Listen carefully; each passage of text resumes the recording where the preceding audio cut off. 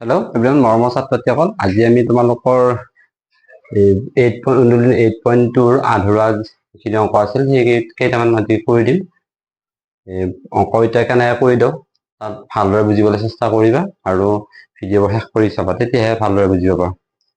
এতিয়া আমি কুৱেশ্যন 8ৰ পৰা কৰিম।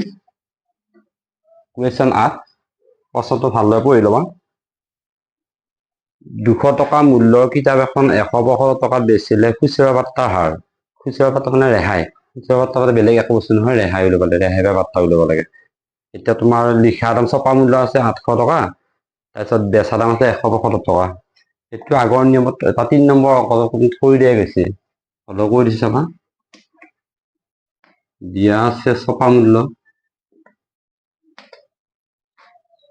মূল্য হ'ল 200 টকা।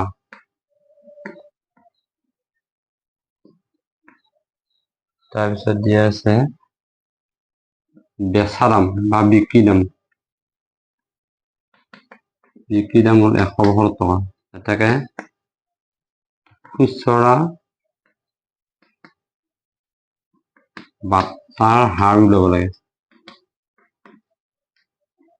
খুচৰা পাত্তা মানে কি? ৰেহাই। খুচৰা পাত্তা ৰেহাই পাৰ্চেণ্ট উলিয়াব লাগে। ৰেহাই কিমান পাৰ্চেণ্ট উলিয়াব লাগে। ইয়াত মুঠ ৰেহাই কিমান ৰেহাই পালে? 200 টকা লিখা আছিলে, বিক্ৰী কৰিলে 175 টকাত, গতিকে 175 টকা কমাই দিলে। কমাই দিয়া মানে হ'ল ৰেহাই। 10 5 গ'লে 5, ইয়াত 9 7 গ'লে 2, কিমান হ'ল? 25 টকা কি পালে? ৰেহাই পালে, মানে কমাই দিলে। এটাকে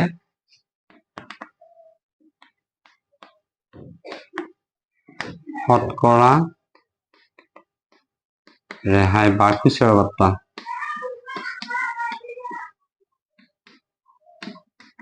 সমান তলত হ'ব ছপা মূল্য 200টো তলত, ওপৰত হ'ব তো লিখি দিব পাৰো হা। তলত হ'ব ছপা মূল্য, ওপৰত হ'ব ৰেহাই কিন্তু 100%। ছপা মূল্য কিমান? 200, ওপৰ ৰেহাই হ'ল 25 কিন্তু 100%। কাটা দিব 200, ওপৰত হ'ল 25 পূৰণ 100, 0 0 কাটি গ'ল, 0 0 কাটি গ'ল, 2 ৰে 25 হ'ল 12 বাৰ 12 দুগুণ 24, 1 বাকী হ'ল 10 দিলো 5 গুণ 10, 12.5%। এনসাৰ কিমান হ'ব? 12.5%। Question number 9। প্ৰশ্নটো চাওঁ, ধুনীয়াকৈ পঢ়ি ল'ব কিন্তু। এখন ফাৰ্নিচাৰৰ দোকানৰ পৰা এজন গ্ৰাহকে 2750 টকাত এখন মেজ মানে টেবুল কিনি 8 সমস্ত 3 ভাগৰ 1% ৰেহাই পায়। দোকানীয়ে প্ৰথমতে মেজখনৰ দাম কিমান কৈছিল? মানে মেজখনৰ ছপা মূল্য ল'ব লাগে। মানে প্ৰথমতে যিটো কৰা দাম তাকে ছপা মূল্য, মেজখনৰ ক'ত লিখি থব, এখন কাগজত লিখি থলে হ'ল।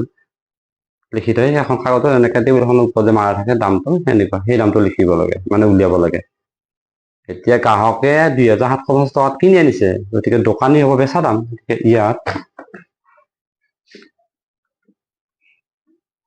ইয়াত বেচা দাম হ'ব 2750 টকা। দোকানী আৰু এইটো দামে হ'ব গ্ৰাহকৰ কিনা দাম। তাৰপিছত ইমান তাত ৰেহাই দিছে কিমান?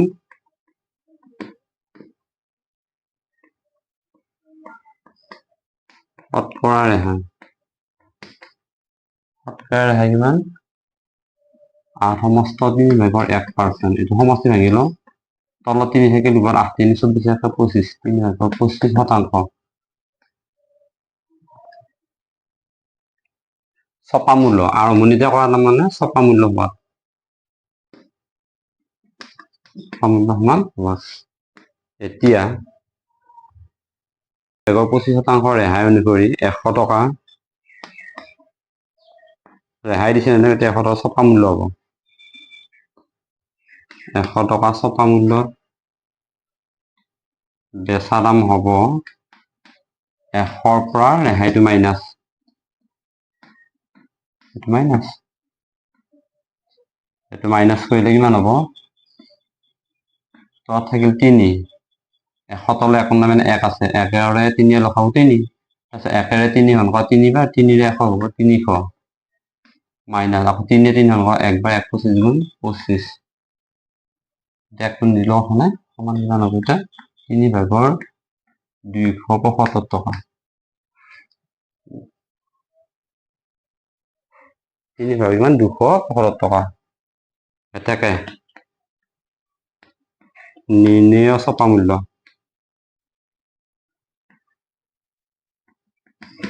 নিৰ্ণয় ছপা মূল্য ল'ব লাগিলে ছপা মূল্যটো ওপৰত হ'ব, ছপা মূল্য 100টো ওপৰত হ'ব আৰু তোমাৰ বেচা দাম যিটো তলত হ'ব 275 তলত হ'ব ইনটু কিমান তোমাৰ যিমান দামত উলিয়াব লাগে 2750 টকা। এতিয়া চাবা ওপৰৰ 100টোক তলতটো হৰণ হৈছে, হৰণটো পূৰণ কৰি হ'লে 3টো ওপৰত যাব, 275 তলত আহিল পূৰণ এইটো 2750 টকা।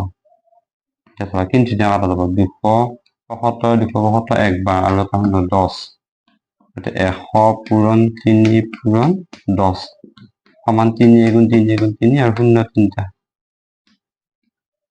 কিমান টকা? 3000 টকা। গতিকে টেবুলখনৰ টেবুলখনৰ লিখা দাম কিমান আছিল বা কিমান 3000 টকা, আৰম্ভণিতে কৰা দাম হ'ব 3000 টকা। কুৱেশ্যন নং 10 চাবা, এজন দোকানীয়ে তোমালোকে দেখাৰ অসুবিধা হয়তো বা তোমালোকে 8ৰ ছাত্ৰী তোমালোকে কিতাপখন আগত লৈ ল'বা, পচন্দ চাবা আৰু হাতত নাথাকিলে পচন্দ শুনিবা যদি লগত নাথাকে। এজন দোকানীয়ে 600 টকা ছপা মূল্য কামিজ এটাত প্ৰথমতে 30% ৰেহাই দিয়াৰ পিছত পুনৰ 20%, 30% ৰেহাই দিলে, ৰেহাই দিওঁতে মানে কি গ্ৰাহকে নললে, আকৌ তাৰ ওপৰত আকৌ ইমান দিছে 20% ৰেহাই দিলে। দোকানীজনে কামিজটো কিমান দামত বিক্ৰী কৰিব আৰু মুঠ শতকৰা ৰেহাই, মুঠতে কিমান টকা ৰেহাই দিলে। কেনে কৰিব লাগিব? প্ৰথমতে 600 টকাৰ 30% অনুসৰি তেওঁ বিক্ৰী দাম ল'ব লাগে, যিমান হয় তাৰ ওপৰত আকৌ 20% কি দিব? ৰেহাই দিব। ৰেহাই দি শেষত বিক্ৰী দামটো ল'ব লাগে, কিমান দামত বিক্ৰী কৰিব আৰু মুঠ শতকৰা কিমান ৰেহাই পালে। চাবা আমি অকল দুবাৰ কৰিব লাগিব। প্ৰথমতে ছপা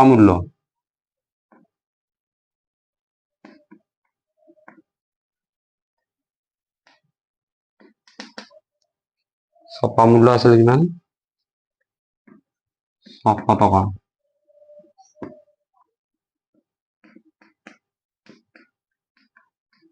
শতকৰা ৰেহাই হ'ল 30%। বেচা দাম হোৱা এতিয়া 30% একেবাৰে কৰি দিম, 30% ৰেহাই অনুসৰি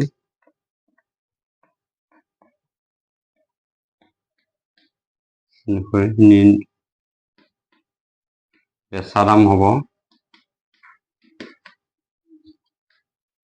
বেচা দামটো বহুত 100 টকা 30 টকা ৰেহাই দিলে, গতিকে 100ৰ পৰা 30 গ'লে মানে 70 টকা বেচা দামটো ওপৰত হ'ব, তলত হ'ব ছপা মূল্য 100, 100 ভাগৰ 70 পূৰণ 600 টকা।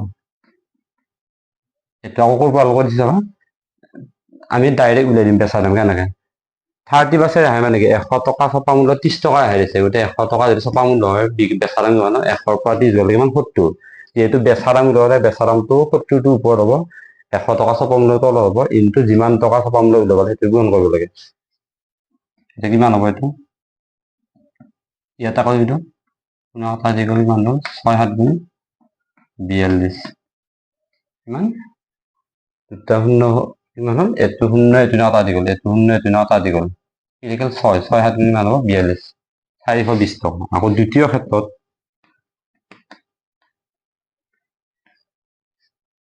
দ্বিতীয় ক্ষেত্ৰত 420 টকাৰ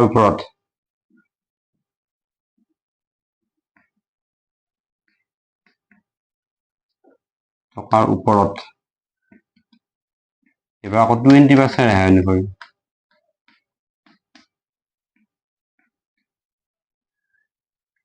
এইবাৰ 20% ৰেহাই দিছে, এইবাৰ প্ৰথমবাৰ 600 টকাৰ ওপৰত 30% ৰেহাই দিওঁতে যিখিনি বেচা দাম হ'ব সেই বেচা দাম 420 টকাৰ ওপৰত আকৌ 20% ৰেহাই দিছে। এই 20% 600 টকাৰ ওপৰত নহয়, সেইকাৰণে কি লিখিছো দ্বিতীয় ক্ষেত্ৰত 420 টকাৰ ওপৰত 20% ৰেহাই অনুসৰি বেচা দাম হ'ব 100 টকাত 20 টকা ৰেহাই দিছে, গতিকে 100 টকাৰ বস্তুটো বেচা দাম হ'ব কিমান 100/20 গ'লে 80, গতিকে যিহেতু বেচা দাম 80 টকাত ওপৰত হ'ব 1 টকা দেখিল তলত ইনটু তোমাৰ যিমান টকা বেচা দাম যিমান টকাৰ পৰিল গ'লে 420 গতিকে 420 পৰিল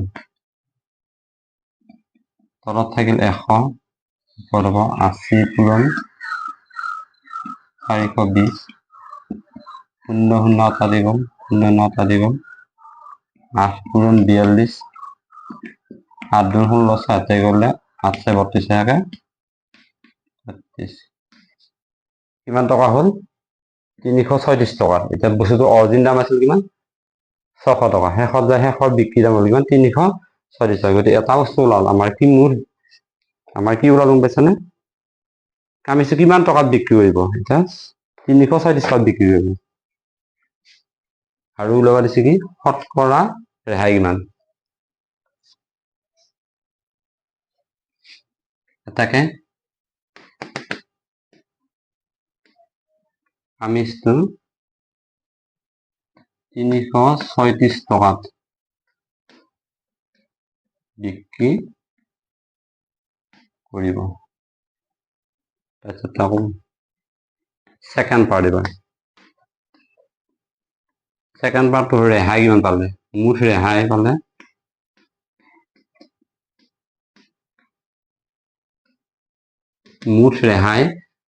সেইটো লিখা দাম আছিল 600 টকা, গতিকে 600 টকাটো লিখা দাম আছিল, তাৰ পৰা 340 টকাত বেচিলে, গতিকে লেখা দামৰ পৰা বিক্ৰী দামটো বিক্ৰী কৰিলো,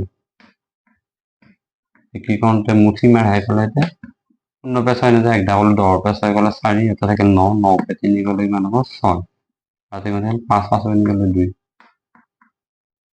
কিমান 264 টকা কি পালে ৰেহাই পালে।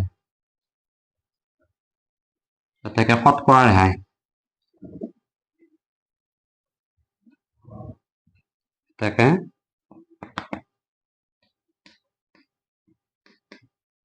শতকৰা ৰেহাই কিমান ছপা মূলকটো তলত হ'ব ওপৰত হ'ব ৰেহাই ইনটু 100%, ছপা মূল্য ছপাটো তলত হ'ল ওপৰ ৰেহাই 264 ওপৰত হ'ল ইনটু 100%, এতিয়া 0 9 এটা দি গ'ল 0 9 এটা দি গ'ল 6 কাটা যাব না 6 6 4 গুণ 24 2 কি হ'ল 4 হ'ল 24 6 4 গুণ 44%, এনসাৰ হ'ল 44%। এই দুটা উত্তৰ হ'ল মুঠ ৰেহাই পালে এইখিনি, শতকৰা ৰেহাই পালে এইখিনি, আৰু টোটেল যিখিনি শেষত বিক্ৰী দাম হ'ল 336 টকা। হ'ব আজিলৈ এৰিছোঁ, আকৌ নেক্সট 3টা অংক আছে সেইকেইটা নেক্সট ক্লাছত কৰি দিম। অলপ ভিডিঅ'বোৰ ভালদৰে মুঠতে চাবা, ভালদৰে বুজিবলৈ চেষ্টা কৰিবা, আৰু এবাৰ বুজি নাপালে প্ৰথমতে ধুনীয়াকৈ চাই ল'বা, চাই লৈ বুজিলে নিজাকৈ কৰিবলৈ চেষ্টা কৰিবা, নোৱাৰিলে আকৌ ভিডিঅ'টো আকৌ ক্লিক কৰি আকৌ চাই ল'বা। তাৰমানে তুমি ডাইৰেক্ট ভিডিঅ' চাই স্ক্ৰীনশ্বট মাৰি কৰি নকৰিবা, ভিডিঅ'টো প্ৰথম ধুনীয়াকৈ চাই ল'বা, চাই বুজি কিনে তাৰ পৰা নিজে কৰিবলৈ চেষ্টা কৰিবা, যদি ভুল লাগে আকৌ ভিডিঅ'টো খুলি চাবা, সেনেকৈ কৰিবা, সেনেকৈ পাৰ হ'ব। হ'ব আজিলৈ এৰিছোঁ।